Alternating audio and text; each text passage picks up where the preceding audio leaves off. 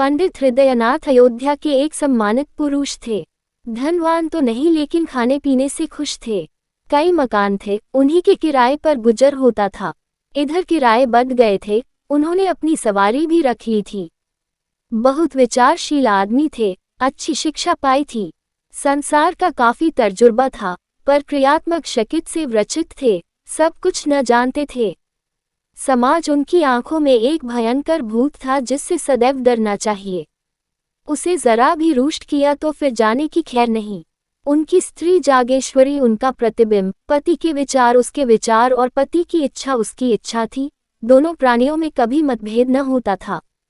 जागेश्वरी शिव की उपासक थी, हृदयनाथ वैष्णव थे, दोनों धर्मनिष्ठ थे, उससे कहीं अधिक, जितने सामान्यत शिक्षित लोग हुआ करते हैं।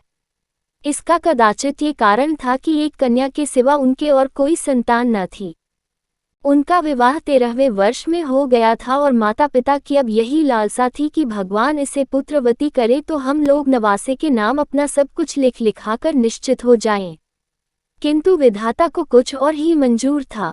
कैलाश कुमारी का अभी गौना भी न हुआ था।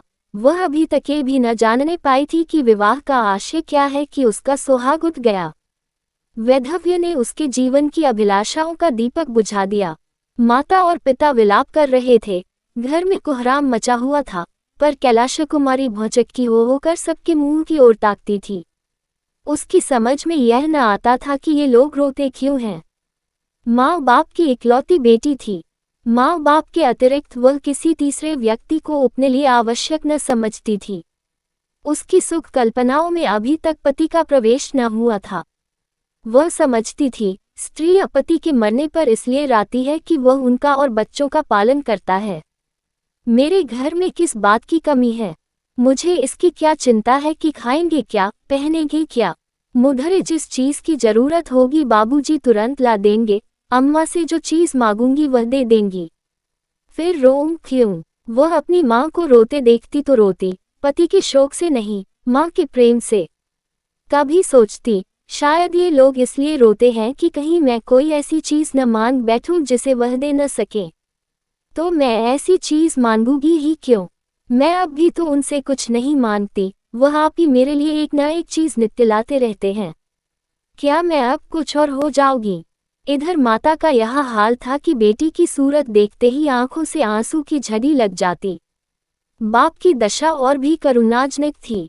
घर में आना जाना छोड़ दिया, सिर पर हाथ धरे कमरे में अकेले उदास बैठे रहते। उसे विशेष दुख इस बात का था कि सहेलियां भी अब उसके साथ खेलने न आती। उसने उनके घर लाने की माता से आज्ञा मांगी तो फूट फूट कर रोने लगी। माता पिता की ये दशा देखी तो उसने उनके सामने जाना छोड़ दिया, बैठी किससे कहानियां पढ़ा करती। उसकी एकांत प्रियता का माँ बाप ने कुछ और ही अर्थ समझा। लड़की शोक के मारे घुली जाती है, इस वज्राघात ने उसके हृदय को टुकड़े टुकड़े कर डाला है। एक दिन हृदयनाथ ने जागेश्वरी से कहा, जी चाहता है घर छोड़कर कहीं भाग जाऊं। इसका कष्ट अब नहीं देखा जाता। जागेश्वरी, मेरी तो भगवान से यही प्रार्थना है कि मुझे संसार से उठा लें। कहाँ तक छाती पर पत्थर की सिल रखूं? हृदयनाथ, किसी भांति इसका मन बहलाना चाहिए जिसमें शोकमय विचार आने ही न पाए। हम लोगों को दुखी और रोते देखकर उसका दुख और भी दारुण हो जाता है। जागेश्वरी, मेरी तो बुद्धि कुछ काम नहीं करती। हृदयनाथ, हम लोग यूं ही मातम करते रहे तो लडनकी की जान पर बन जाएगी। अब कभी कभी थिएटर दिखा दिया, कभी घर में गाना बजाना करा दिया, इन बातों से उसका दिल बहलता रहेगा। जागेश्वरी, मैं तो उसे देखते ही रोपती हूँ, लेकिन अब जब्त करूंगी। तुम्हारा विचार बहुत अच्छा है, बिना दिल बहलाव के उसका शोक न दूर होगा। हृदयनाथ, मैं भी अब उससे दिल बहलाने वाली बातें किया करूँगा। कल एक सैर भी लाऊंगा, अच्छे अच्छे दृश्य जमा करूँगा। ग्रामोफोन तो आज ही मंगवाए देता हूँ।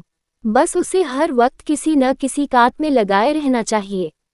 एकांतवास शोक ज्वाला के लिए समीर के समान है। उस दिन से जागेश्वरी ने कैलाश कुमारी के लिए विनोद और प्रमोद के समान लिमा करने शुरू किए। कैलासी माँ के पास आती तो उसकी आंखों में आंसू की बूंदें न देखती, होठों पर हंसी की आभा दिखाई देती। वह मुस्कुरा कर कहती, बेटी आज थिएटर में बहुत अच्छा तमाशा होने वाला है, चलो देख आएं। कभी गंगा स्नान की ठहरती, वहां माँ बेटी किश्ती पर बैठकर नदी में जल विहार करती, कभी दोनों संध्या समय पाकई की ओर चली जाती। धीरे धीरे सहेलियां भी आने लगीं, कभी सब की सब बैठकर ताश खेलती, कभी गाती बजाती। पंडित हृदय नाथ ने भी विनोद की सामग्रियां जुटाई। कैलासी को देखते ही मग्न होकर बोलते, बेटी आओ तुम्हें आज कश्मीर के दृश्य दिखाऊं। कभी ग्रामोफोन बजाकर उसे सुनाते। कैलासी इन सैर सपाटों का खूब आनंद उठाती। अपने सुख से उसके दिन कभी न गुजरे थे। इस भांति 2 वर्ष बीत गए। कैलासी सैर तमाशे की इतनी आदी हो गई कि एक दिन भी थिएटर न जाती तो बेकल ससी होने लगती। मनोरंजन नवीनता का दास है और समानता का शत्रु। थिएटरों के बाद सिनेमा की सनक सवार हुई। सिनेमा के बाद मिस्मेरिज्म और हिप्नोटिज्म के तमाशों की सनक सवार हुई। सिनेमा के बाद मिस्मेरिज्म और हिप्नोटिज्म के तमाशों की। ग्रामोफोन के नए रिकॉर्ड आने लगे। संगीत का चस्का पड़ गया। बिरादरी में कहीं उत्सव होता तो माँ बेटी अवश्य से जाती। कैलासी नित्य इसी नशे में डूबी रहती। चलती तो कुछ गुनगुनती हुई, किसी से बातें करती तो वही थिएटर की और सिनेमा की। भौतिक संसार से अब कोई वास्ता न था। अब उसका निवास कल्पना संसार में था। दूसरे लोग की निवासन होकर उसे प्राणियों से कोई सहानुभूति न रही। किसी के दुख पर जरा दया न आती। स्वभाव में उच्छृंखलता का विकास हुआ। अपनी सुरुचि पर गर्व करने लगी। सहेलियों से डींगे मारती, यहाँ के लोग मूर्ख हैं, ये सिनेमा की कद्र क्या करेंगे। इसकी कद्र तो पश्चिम के लोग करते हैं। वहाँ मनोरंजन की सामग्रियाँ उतनी ही आवश्यक है जितनी हवा। जब ही तो वे उतने प्रसन्नचित्त रहते हैं, मानो किसी बात की चिंता ही नहीं। यहाँ किसी को इसका रस ही नहीं। जिन्हें भगवान ने सामर्थ्य भी दिया है वह भी सरंजाम से मुंह ढांक कर पड़े रहमे हैं। सहेलियाँ कैलासी की यह गर्वपूर्ण बातें सुनती और उसकी और भी प्रशंसा करती। वह उनका अपमान करने के आवेश में आप ही हास्यास्पद बन जाती थी। पड़ोसियों में इन सैर सपाटों की चर्चा होने लगी। लोक सम्मति किसी की रियायत नहीं करती। किसी ने सिर पर टोपी टेढ़ी रखी और पड़ोसियों की आंखों में खुबा कोई जरा अका कर चला और पड़ोसियों ने आवाजें कसी।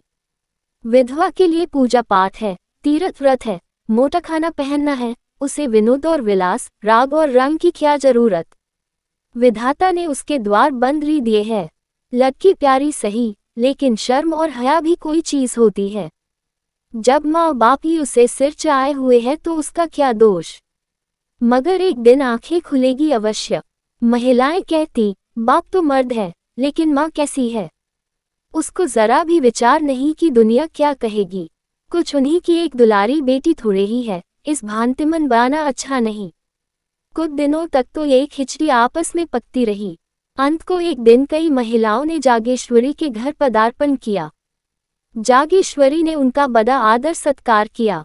कुछ देर तक इधर उधर की बातें करने के बाद एक महिला बोली, महिलाएं रहस्य की बातें करने में बहुत अभ्यस्त होती है। बहन, तुम ही मजे में हो कि हंसी खुशी में दिन काट देती हो। हम उन तो दिन पहाड़ हो जाता है। न कोई काम न धंधा, कोई कहाँ तक बातें करें। दूसरी देवी ने आंखें मटकाते हुए कहा, अरे तो ये तो बदे की बात है। सभी के दिन हंसी खुशी से कटे तो रोए कौन। यहाँ तो सुबह से शाम तक चक्की चूल्हे से छुट्टी नहीं मिलती। किसी बच्चे को दस्त आ रहे तो किसी को ज्वर चढ़ा हुआ है, कोई मिठाइयों की रट कहा है तो कोई पैसों के लिए महानामत मचाए हुए है। दिन भर हाय हाय करते बीत जाता है। सारे दिन कठपुतलियों की भांति नाचती रहती हूँ। तीसरी रमणी ने इस कथन का रहस्यमय भाव से विरोध किया, बदे की बात नहीं, वैसा दिल चाहिए।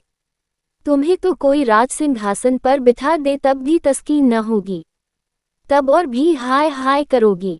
इस पर एक वृद्धा ने कहा, नौज ऐसा दिल, ये भी कोई दिल है कि घर में चाहे आग लग जाए, दुनिया में कितना ही उपहास हो रहा हो, लेकिन आदमी अपने राग रंग में मस्त रहे। वह दिल है कि पत्थर। हम गृहिणी कहलाती है, हमारा काम है अपनी गृहस्थी में रत रहना। आमोद प्रमोद में दिन काटना हमारा काम नहीं। और महिलाओं ने इन निर्दय व्यंग्य पर लज्जित होकर सिर झुका लिया। वे जागेश्वरी की चटुकियां लेना चाहती थीं। उसके साथ बिल्ली और चूहे की निर्दयी क्रीड़ा करना चाहती थी। आहत को तड़पाना उनका उद्देश्य था। इस खुली हुई चोट ने उनके पर पीड़न प्रेम के लिए कोई गुंजाइश न छोड़ी, किंतु जागेश्वरी को ताना मिल गई। स्त्रियों के विदा होने के बाद उसने जाकर पति से यह सारी कथा सुनाई। हृदयनाथ उन पुरुषों में न थे जो प्रत्येक अवसर पर अपनी आत्मिक स्वाधीनता का स्वांग भरते हैं, हठधर्मी को आत्म स्वातंत्र्य के नाम से छिपाते हैं। वह सचिंत भाव से बोले, तो अब क्या होगा? जागेश्वरी, तुम ही कोई उपाय सोचो। हृदयनाथ, पड़ोसियों ने जो आक्षेप किया है वह सर्वथा उचित है। कैलाश कुमारी के स्वभाव में मुझे एक सविचित्र अंतर दिखाई दे रहा है। मुझे स्वयं ज्ञात हो हाँ है कि उसके मन बहलाव के लिए हम लोगों ने जो उपाय निकाला है वह मुनासिब नहीं है। उनका ये कथन सत्य है कि विधवाओं के लिए आमोद प्रमोद वर्जित है। अब हमें ये परिपाटी छोड़नी पड़ेगी। जागेश्वरी, लेकिन कैलासी तो अनखेल तमाशों के बिना एक दिन भी नहीं रह सकती। हृदयनाथ, उसकी मनोवृत्तियों को बदलना पड़ेगा। शनैः शनैः यह विलोसोन्माद शांत होने लगा। वासना का तिरस्कार किया जाने लगा। पंडित जी संध्या समय ग्रामोफोन न बजाकर कोई धर्म ग्रंथ सुनते। स्वाध्याय संसम उपासना में माँ बेटी रत रहने लगी। कैलासी को गुरु जी ने दीक्षा दी। मोहल्ले और बिरादरी की स्त्रियां आईं। उत्सव मनाया गया। माँ बेटी अब किश्ती पर सैर करने के लिए गंगा न जाती, बल्कि स्नान करने के लिए मंदिरों में नित्य जाती। दोना एकादशी का निर्जल व्रम रखने लगी। कैलासी को गुरुजी नित्य संध्या समय धर्मोपदेश करते। कुछ दिनों तक तो कैलासी को यह विचार परिवर्तन बहुत कष्टजनक मालूम हुआ, पर धर्मनिष्ठा नारियों का स्वाभाविक गुण है। थोड़े ही दिनों में उसे धर्म से रुचि हो गई। अब उसे अपनी अवस्था का ज्ञान होने लगा था। विषय वासना से चित्त आप ही आप खींचने लगा। पति का यथार्थ आशय समझ में आने लगा था। पति ही स्त्री का सच्चा पथ प्रदर्शक और सच्चा सहायक है। पति विहीन होना किसी घोर पाप का प्रायश्चित है। मैंने पूर्व जन्म में कोई अकर्म किया होगा। पतिदेव जीवित होते तो मैं फिर माया में फंस जाती। प्रायश्चित कर अवसर कहाँ मिलता। गुरुजी का वचन सत्य है कि परमात्मा ने तुम्हें पूर्व कर्मों के प्रायश्चित का अवसर दिया है। वैधव्य यातना नहीं है, जीवोद्धार का साधन है। मेरा उद्धार त्याग, विराग, भक्ति और उपासना से होगा। कुछ दिनों के बाद उसकी धार्मिक वृत्ति इतनी प्रबल हो गई कि अन्य प्राणियों से वह पृथक रहने लगी। किसी को न छूती, महरियों से दूर रहती, सहेलियों से गले तक न मिलती, दिन में दो तीन बार स्नान करती, हमेशा कोई न कोई धर्म ग्रंथ पढ़ा करती। साधु महात्माओं के सेवा सत्कार में उसे आत्मिक सुख प्राप्त होता। जहाँ किसी महात्मा के आने की खबर पाती, उनके दर्शनों के लिए कवकल हो जाती। उनकी अमृतवाणी सुनने से जीना भरता। मन संसार से विरक्त होने लगा। तल्लीनता की अवस्था प्राप्त हो गई। घंटों ध्यान और चिंतन में मग्न रहती। सामाजिक बंधनों से घृण हो गई। घंटों ध्यान और चिंतन में मग्न रहती। हृदय स्वाधीनता के लिए लालायित हो गया। यहाँ तक कि 3 ही वर्षों में उसने संन्यास ग्रहण करने का निश्चय कर लिया। माँ बाप को ये समाचार ज्ञात हुआ ता होश उड़ गए। माँ बोली, बेटी, अभी तुम्हारी उम्र ही क्या है कि तुम ऐसी बातें सोचती हो। कैलाश कुमारी, माया मोह से जितनी जल्द निवृत्ति हो जाए उतना ही अच्छा। हृदयनाथ, क्या अपने घर में रहकर माया मोह से मुक्त नहीं हो सकती हो? माया मोह का स्थान मन है, घर नहीं। जागेश्वरी, कितनी बदनामी होगी। कैलाश कुमारी, अपने को भगवान के चरणों पर अर्पण कर चुकी तो बदनामी क्या चिंता। जागेश्वरी, बेटी, तुम्हें न हो, हमको तो है। हमें तो तुम्हारा ही सहारा है। तुमने जो संन्यास लिया तो हम किस आधार पर जिएंगे। कैलाश कुमारी, परमात्मा ही सबका आधार है। किसी दूसरे प्राणी का आश्रय लेना भूल है। दूसरे दिन ये बात मोहल्ले वालों के कानों में पहुंच गई। जब कोई अवस्था असाध्य हो जाती है तो हम उस पर व्यंग करने लगते हैं। ये तो होना ही था। नई बात क्या हुई? लड़कियों को इस तरह स्वच्छंद नहीं कर दिया जाता। फूले न समाते थे कि लड़की ने कुल का नाम उज्जवल कर दिया। पुराण पति है, उपनिषद और वेदांत का पाठ करती है, धार्मिक समस्याओं पर ऐसी ऐसी दलीलें करती है कि बड़े बड़े विद्वानों की जबान बंद हो जाती है, तो अब क्यों पछताते हैं। भक्त पुरुषों में कई दिनों तक यही आलोचना आती रही। लेकिन जैसे अपने बच्चे के दौते दौते धम से गिर पड़ने पर हम पहले क्रोध के आवेश में उसे झिकियां सुनाते हैं, इसके बाद गोद में बिठाकर आंसू पोंछते और फुसलाने का लगते हैं, उसी तरह इन भक्त पुरुषों ने यज्ञ के बाद इस बुद्धि के सुझाने का उपाय सोचना शुरू किया। कई सज्जन हृदयनाथ के पास आए और सिर झुकाकर बैठ गए। विषय का आरंभ कैसे हो? कई मिनट के बाद एक सज्जन ने कहा, सुना है डॉक्टर गौर का प्रस्ताव आज बहुमत से स्वीकृत हो गया। दूसरे महाशय बोले, ये लोग हिंदू धर्म का सर्वनाश करके छोड़ेंगे। कोई क्या करेगा, जब हमारे साधु महात्मा हिंदू जाति के स्तंभ है, इतने पतित हो गए हैं कि भोली भाली युवतियों को बहकाने में संकोच नहीं करते, तो सर्वनाश होने में रह ही क्या गया। हृदयनाथ, यह विपत्ति तो मेरे सिर ही पड़ी हुई है, आप लोगों को तो मालूम होगा। पहले महाशय, आप ही के सिर क्यों, हम सभी के सिर पड़ी हुई है। दूसरों महाशय, समस्त जाति के सिर कहिए। हृदयनाथ, उद्धार का कोई उपाय चाहिए। पहले महाशय, अपने समझाया नहीं। हृदयनाथ, समझा के हार गया, कुछ सुनती ही नहीं। तीसरे महाशय, पहले ही भूल हुई, उसे इस रास्ते पर उतरना ही नहीं चाहिए था। पहले महाशय, उस पर पछताने से क्या होगा, सिर पर जो पड़ी है उसका उपाय सोचना चाहिए। आपने समाचार पत्रों में देखा होगा, कुछ लोगों की सलाह है कि विधवाओं से अध्यापकों का काम लेना चाहिए। यद्यपि मैं इसे भी बहुत अच्छा नहीं समझता, पर सन्यासिनी बनने से तो कहीं अच्छा है। लड़की अपनी आंखों के सामने तो रहेगी। अभिप्राय केवल यही है कि कोई ऐसा काम होना चाहिए जिसमें लड़की का मन लगे। किसी अवलंब के बिना मनुष्य को भटक जाने की शंका सदैव बनी रहती है। जिस घर में कोई नहीं रहता उसमें चमगादड़ बसेरा कर लेते हैं। दूसरे महाशय, सलाह तो अच्छी है, मोहल्ले की 10-5 कन्याएं पने के लिए बुला ली जाएं। उन्हें किताबें, गुड़िया आदि इनाम मिलता रहे तो बड़े शौक से आएंगी। लड़की का मन तो लग जाएगा। हृदयनाथ, देखना चाहिए, भरसक समझाओगा। ज्यों ही ये लोग विदा हुए, हृदयनाथ ने कैलाश कुमारी के सामने ये तजवीज पेश की। कैलासी को सुन्यस्त के उच्च पद के सामने अध्यापिका बनना अपमानजनक जान पड़ता था। कहाँ वह महात्माओं का सत्संग, वह पर्वतों की गुफा, वह सुरम्य प्राकृतिक दृश्य, वह हिमराशि की ज्ञानमय ज्योति, वह मानसरावर और कैलाश की शुभ्र छटा, वह आत्मदर्शन की विशाल कल्पनाएं, और कहाँ बालिकाओं को चिड़ियों की भांति पाना। लेकिन हृदयनाथ कई दिनों तक लगातार सेवा धर्म का माहात्म्य उसके हृदय पर अंकित करते रहे। सेवा ही वास्तविक संन्यास है। सन्यासी केवल अपनी मुक्ति का इच्छुक होता है, सेवा व्रतधारी अपने को परमार्थ की वेदी पर बलि दे देता है। इसका गौरव कहीं अधिक है। देखो, ऋषियों में दधीची का जो यश है, हरिश्चंद्र की जो कीर्ति है, सेवा त्याग है, आदि। उन्होंने इस कथन की उपनिषदों और वेद मंत्रों से पुष्टि की, यहाँ तक कि धीरे धीरे कैलासी के विचारों में परिवर्तन होने लगा। पंडित जी ने मोहल्ले वालों की लड़कियों को एकत्र किया, पाठशाला का जन्म हो गया।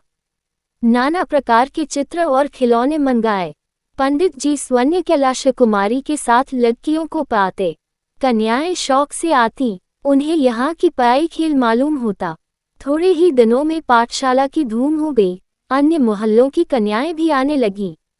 कैलाश कुमारी की सेवा प्रवृत्ति दिनों दिन तीव्र होने लगी। दिन भर लड़कियों को लिए रहती, कभी पढ़ाती, कभी उनके साथ खेलती, कभी सीना पिरोना सिखाती। पाठशाला ने परिवार का रूप धारण कर लिया। कोई लड़की बीमार हो जाती तो तुरंत उसके घर जाती, उसकी सेवा शुश्रूषा करती, गाकर या कहानियां सुनाकर उसका दिल बहलाती। पाठशाला को खुले हुए साल भर हुआ था। एक लड़की को, जिससे वह बहुत प्रेम करती थी, चेचक निकल आई। कैलासी उसे देखने गई। माँ बाप ने बहुत मना किया, पर उसने न माना। कहा, तुरंत लौट आऊंगी। लड़की की हालत खराब थी। कहाँ तो रोते रोते तालू सूखता था, कहाँ कैलासी को देखते ही सारे कष्ट भाग गए। कैलासी 1 घंटे तक वहां रही। लड़की बराबर उससे बातें करती रही, लेकिन जब वह चलने को उठी तो लड़की ने रोना शुरू कर दिया। कैलासी मजबूर होकर बैठ गई। थोड़ी देर बाद वह फिर उठी तो फिर लड़की की ये दशा हो गई। लड़की उसे किसी तरह छोड़ती ही न थी। सारा दिन गुजर गया, रात को लड़की ने जाने न दिया। हृदयनाथ उसे बुलाने को बार बार आदमी भेजते, पर वह लड़की को छोड़कर न जा सकती। उसे ऐसी शंका होती थी कि मैं यहाँ से चली और लड़की हाथ से गई। उसकी माँ विमाता थी, इससे कैलासी को उसके ममत्व पर विश्वास न होता था। इस प्रकार 3 दिनों तक वह वहाँ रही। 8 पहर बालिका के सिरहाने बैठी पंखा झलती रहती। बहुत थक जाती तो दीवार से पीठ टेक लेती। चौथे दिन लड़की की हालत कुछ संभलती हुई मालूम हुई तो वह अपने घर आई, मगर अभी स्नान भी न करने पाई थी कि आदमी पहुंचा। जल्द चलिए, लड़की रो रो कर जान दे रही है। हृदयनाथ ने कहा, कह दो अस्पताल से कोई नर्स बुला लें। कैसे कुमारी दादा, आप व्यर्थ में झुझलाते हैं। उस बेचारी की जान बच जाए, मैं 3 दिन नहीं 3 महीने उसकी सेवा करने को तैयार हूँ। आखिर ये देह किस काम आएगी? हृदयनाथ, तो कन्याएं कैसे पड़ेगी? कैलासी, 2-1 दिन में वह अच्छी हो जाएगी। दाने मुरझाने लगे हैं, तब तक आप इन लड़कियों की देखभाल करते रहिएगा। हृदयनाथ, ये बीमारी छूत फैलाती है।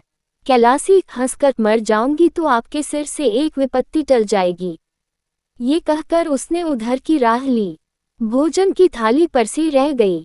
तब हृदयनाथ ने जागेश्वरी से कहा, जान पड़ता है बहुत जल्द ये पाठशाला भी बंद करनी पड़ेगी।